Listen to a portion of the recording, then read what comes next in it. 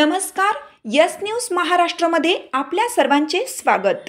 कल्याण तालुक्यात एकूण 132 वर्गखोल्यांपैकी तब्बल 100च्या वर वर्गखोल्या नादुरुस्त, विद्यार्थ्यांचे भवितव्य धोक्यात। नवीन शैक्षणिक वर्ष 2025-26 चे औचित्य साधून जिल्ह्यातील जिल्हा परिषदेच्या शाळांमध्ये प्रवेश उत्सव मोठ्या उत्साहात पारंपरिक पद्धतीने व ग्रामस्थांच्या सहभागातून साजरा करण्यात आला।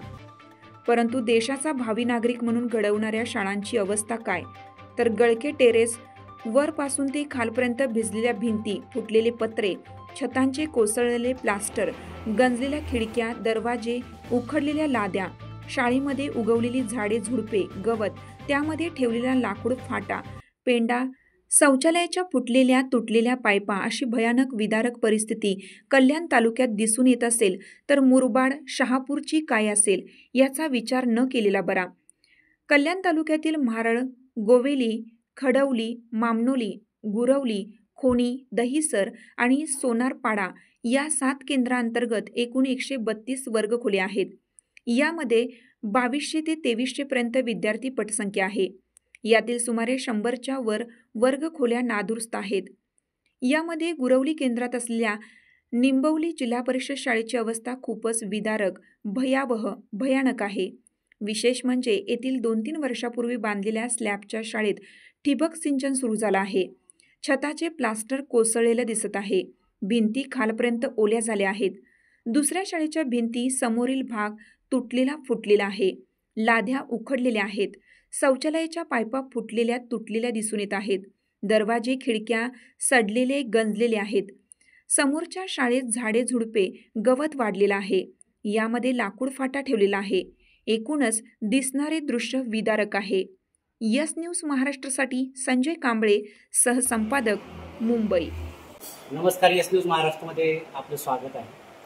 आता जिल्हा परिषदेच्या शाळा नुकत्याच चालू झालेल्या आहेत। प्रवेशोत्सव मोठ्या उत्साहात साजरा झाला, परंतु जिल्हा परिषद शाळांची इमारतीची अवस्था पाहिली तर अत्यंत बिकट आहे।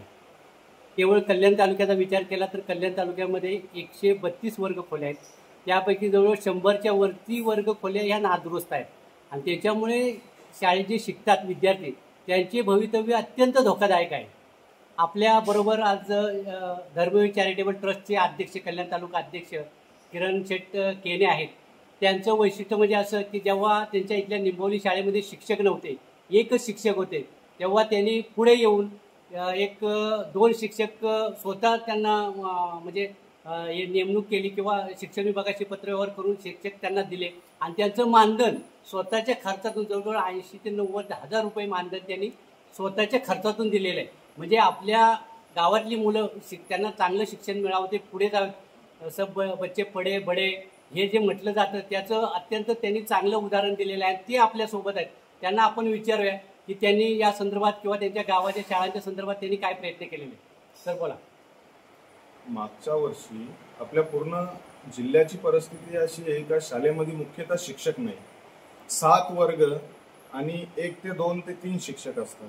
त्याच्यामुळे 7 वर्गांना 2 ते 3 शिक्षक कसे शिकवू शकतात। मुळात आपल्या महाराष्ट्राचा देशाचा मुख्य पायाभूत पाया म्हणून आपली लहान मुलं असतात आणि त्यांच्या शिक्षणाचा या शासनाने गेल्या 10-11 वर्षापासून वाटोळा करून ठेवलेला आहे। का तर शिक्षक नाही। त्याच्यानंतर लाखो करोडो रुपये खर्च करून इमारतीचा टेंडर काढतात शासन आणि ठेकेदार, संबंधित अधिकारी, शिक्षण हे यांच्या संगनमताने शाळेची अशी परिस्थिती आहे का माझ्या निंबवली गावाच्या शाळेची इमारत 2 ते 3 वर्षापूर्वी बांधलेली आहे। RCC पूर्ण आहे, पण तिथे आता ठिबक सिंचन सारखा कार्यक्रम झालेला आहे। म्हणजे पूर्ण शाळा गलते आणि मुलांना बसण्याची व्यवस्था राहिली नाही। तुम्ही बघितलेलं आहे, पूर्ण फोटो वगैरे घेतलेले आहेत, व्हिडिओ घेतलेले आहेत। त्याच्यानंतर आमच्या परिसरातील गुरवली ही केंद्रशाळा आहे आणि केंद्रशाळेची परिस्थिती अशी, तुम्हाला मी व्हिडिओ पाठवलेले आहेत, तुम्ही पण जाऊन बघा। त्याच्यामध्ये कौलांच्या वरती स्लॅब टाकलेला आहे। म्हणजे मुलांच्या भविष्याची तर खेळतातच हा शासन, ठेकेदार, आणि त्याच्यानंतर मुलांच्या भविष्याशी, जीवाशी पण खेळतात। एक ते पूर्ण स्लॅब कलालेला आहे। आता त्या स्लॅब मधून कौला पण पडतात, खाली मुलं खेळतात आणि एखाद्या मुलाचा जर जीव गेला, लागलं तर याला जबाबदार कोण राहणार। यात संबंधित ठेकेदार, अधिकारी, जे इंजिनियर असतील ते, ज्यांनी या लोकांचा, या ठेकेदारांचा बिल काढून दिलं असेल ते, आणि यांना सहमत देणारे शिक्षक, यांच्या सगळ्यांवरती 302 किंवा 307 सारखा गुन्हा दाखल झाला पाहिजे अशी माझी मागणी आहे. तसेच मागच्या वर्षी आमच्या निंबवली जिल्हा परिषद शाळेमध्ये एक शिक्षक आणि 7 वर्ग, एक शिक्षक कितपत शिकवू शकते 7 वर्गांना? ज्यावेळी आम्ही शाळेत होतो 2000च्या दरम्यान, 2001, 2000 च्या दरम्यान, त्यावेळी आम्हाला 7 वर्गांना 7 शिक्षक आणि एक मुख्याध्यापक कंपल्सरी होते. परंतु आज परिस्थिती या मागच्या 10 वर्षापासून अशी झाली की महाराष्ट्र शासन प्रायव्हेटीकरणावर जास्त भर देत आहे. जिल्हा परिषदच्या शाळा बंद पडल्या, आमच्या ग्रामपंचायत मधली मोजची शाळा बंद पडली. याला कारण एकमेव का शिक्षक नाही, शिक्षकांची भरती होत नाही, प्रायव्हेटीकरणावर जास्त लक्ष देत आहेत. जर सामान्य शेतकरी कुटुंबातील मुलं पूर्ण या देशामध्ये मागील 50 वर्षामध्ये जे शिक्षण घेतलं असेल ते जिल्हा परिषद शाळेमध्ये घेतलं असेल. आज जे मिनिस्ट्री आहेत, जे मंत्री आहेत, त्यांनी पण जिल्हा परिषदच्या शाळेमध्ये घेतलेलं आहे. परंतु आज परिस्थिती अशी उद्भवलेली आहे की शाळेमध्ये शिक्षक नाही तर मुलाला शिकवणार कोण? एक तर 4-4, 5-5 वर्ग आहेत आणि एक शिक्षक 4-5 वर्गांना लक्ष देईल का? मुलांच्या भांडणं होतात, कोण रोडवर जातं, ऍक्सिडेंट झालं, काय झालं तर जबाबदार कोण राहणार आहे? याच्यासाठी मी मागच्या वर्षी पत्रव्यवहार केला, शिवणकडे केला, राक्षसरात जिल्हा परिषदला जे मुख्य अधिकारी शिक्षकांचे त्यांना पत्रव्यवहार केला. तर आमच्या शाळेत 2 होते, तर आता एक शिक्षक होता, तर आता 2 शिक्षक आलेत, कुठे एकाचे 3 झाले. पण 7 वर्गांना कंपल्सरी 7 शिक्षक पाहिजे. आणि शाळेच्या टॉयलेटची आमच्या अशी परिस्थिती आहे, ग्रामपंचायत तर अजिबात लक्ष देत नाही.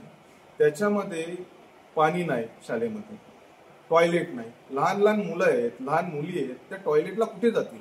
याच्याकडे गांभीर्याने लक्ष दिला पाहिजे शासनाने, अधिकाऱ्यांनी. आणि त्वरित या येत्या 15 दिवसातच पूर्ण तालुक्यामध्ये, जिल्ह्यामध्ये सगळ्याच शाळांच्या व्यवस्था कशा चांगल्या होतील याच्याकडे लक्ष दिलं पाहिजे. तुमची साथ आमची. यस न्यूज महाराष्ट्र चॅनलला लाईक करा व सबस्क्राईब करायला विसरू नका.